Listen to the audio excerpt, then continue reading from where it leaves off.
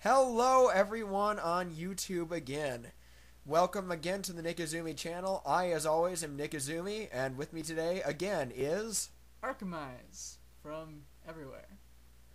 Oh yes, so Arcemise and I have returned because we were going to review something, and it took us a while to get on this. But here we are with Evangelion 1.11, the rebuild of Evangelion Movie 1, basically. Yeah. You are not alone. That is, you are parentheses not end parentheses alone. Well, we could just start with that. The titles are weird for these things. The title is really weird. Well, I think we're both. It's safe to say that we're both big Evangelion fans. So, to put this in perspective, I think we talked about this in our Gundam review, but we actually got together with a group of our friends last winter. Yeah, it was last winter now. And Dear God. And we watched all of Evangelion and actually had these like in-depth discussions on like psychological aspects, how the show affected us personally, and all sorts of stuff. It was a very fun and enlightening experience, and I hope to do it again with other shows in the future. You better believe we understand the end of Evangelion. Yes. Sort of. Not really. Yeah, okay. Well, we tried, though. We tried really hard. Freud might, but, you know.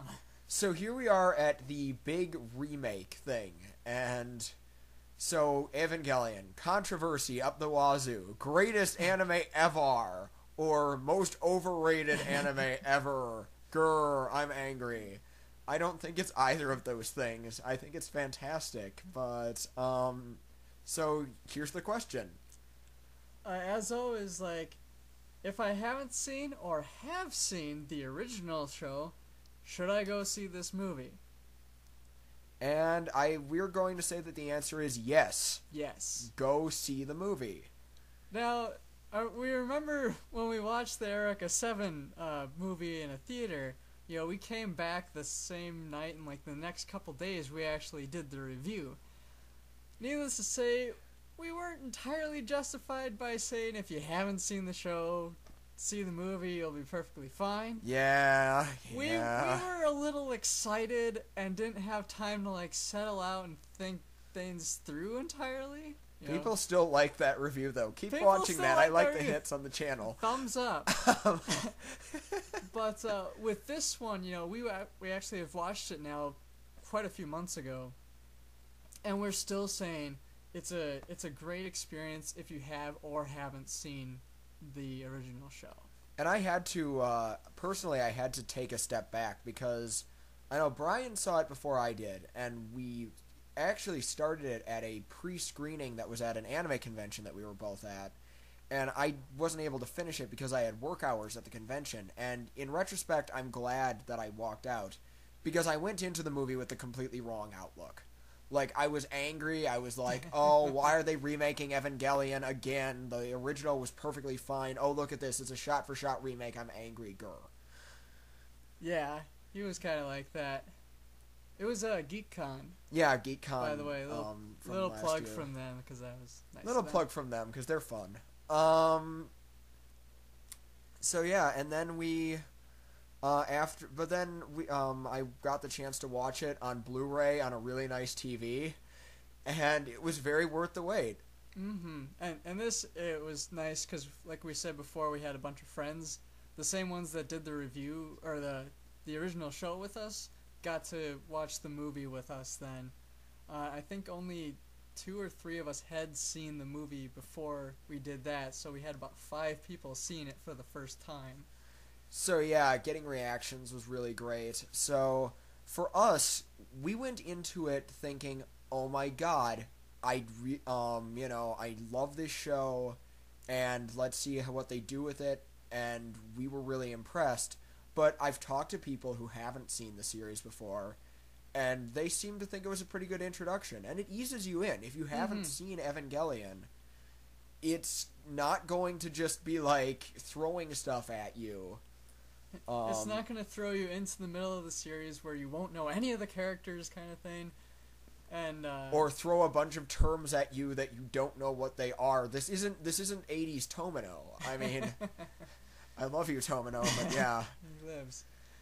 And but those that have seen it, like we said, it is, for the most part, there's a good deal of the shot for shot.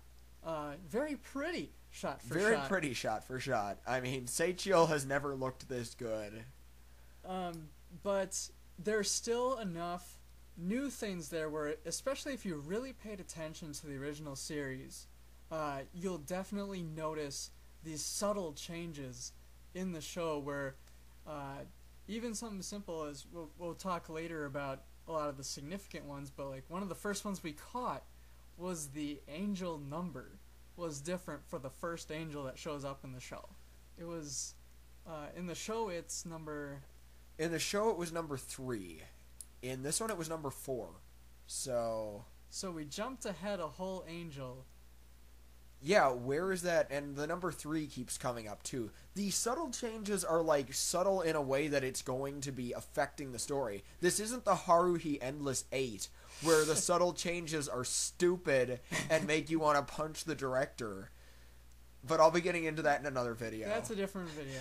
We're talking about fun things right now. And so one of the probably the significant changes that people might notice that have seen the series or have pointed out in their own reviews is a lot of closer relationships, and I think a good deal of that is due to how the pacing of the show versus the movie. They did kind of condense. It was episodes 1 through 6. Yeah. Are kind of condensed into this hour and a half, hour 45, I'd say. 45. If I remember right. It's 98 minutes, I think. Not a bad runtime. Not a bad runtime. So they got rid of a little bit of the fluff, and it really zones in on the intercharacter relationships. There's more relationships and a lot less Shinji alone whining, which honestly helps his character a lot. Yeah. I can almost sympathize with this version of Shinji a little bit more because I don't have to sit with him alone while he whines to himself for so long, which... I mean, I sympathize with the original Shinji. I don't hate him. But... Which admittedly, a lot of people do. A lot of people do. I'm not one of those people who just hate Shinji. I actually sympathize and I feel for the kid most of the time. But the show does spend a lot of time just having him do nothing. And... The movie, on the other hand, decides to, you know what? On with the show. Yeah, everything... There's a lot going on in this movie, and relationship building is the big difference here. Mm-hmm. We'll get into that a little bit later.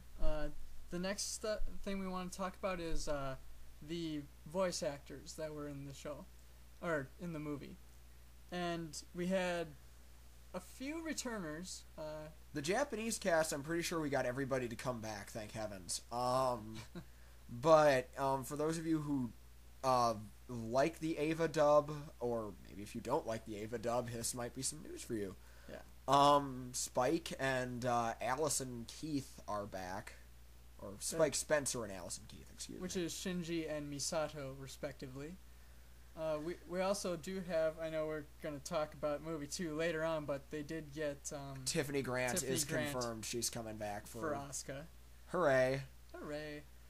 But we did have a couple of changes in the cast on some pretty major characters. And on some stuff that I'm not entirely happy about. We can start with Kaoru, the one of the angels. Oh, Kaoru. Kaoru, one of my favorite characters. And this is one that poor Arcemise has had to hear me go on and on about. But I'm going to... Now I get to share it with all of you. I think that the best English actor who has played Kaoru was Greg Ayres in the Evangelion director's cuts. I totally agree with that. He was amazing. He did a really good job with the part. Now, Greg Ayres is cast in this, but he's not Kaoru. He's Kensuke Ida. That's the kid with the glasses. The kid with the glasses who's always zooming around, that I'm uncomfortable with how often people compare me to that kid. Yeah, that kid. That kid. Meanwhile, Jerry Jewell, who I guess the most likely thing you might know him from was he was Barry the Chopper in Full Metal Alchemist, is taking on the part of Kaoru. And again, I'm not happy with this, because they have Greg Ayers, who did a fantastic job with the character, and they recast him in a, in my opinion, less prolific role. I don't understand it.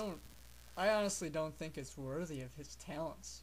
Greg Ayers is an amazing voice actor, and, you know, if he's out there, woo, we like you. But, yeah, getting cast as the minor supporting character that, you know, in the series he was, like, even comic relief, if you want to call it that. Yeah. Now, screen time is, like, bleh. This is not to say, now, smaller parts need good actors to make them work. True. But this is like putting, this is like sending in a nuke to like a, you know, a handgun practice. This is insane. I don't understand why he's been put in this role, but I'm a little confused by it. I'm going to make this comparison. It's Greg Ayers is to Kaoru what Steve Bloom is to Char for me. Because he is the definitive English actor in both parts, respectively, except no one has seen the dub that I like them in, so whatever. It's weird. The other one I wanted to point out, we have Brenna Pellicina, and I apologize if I pronounced that wrong, as coming in as Rey, which she doesn't do a bad job. It's still a pretty good portrayal of Rey. The one thing I did notice is it's a little more of an emotional Rey.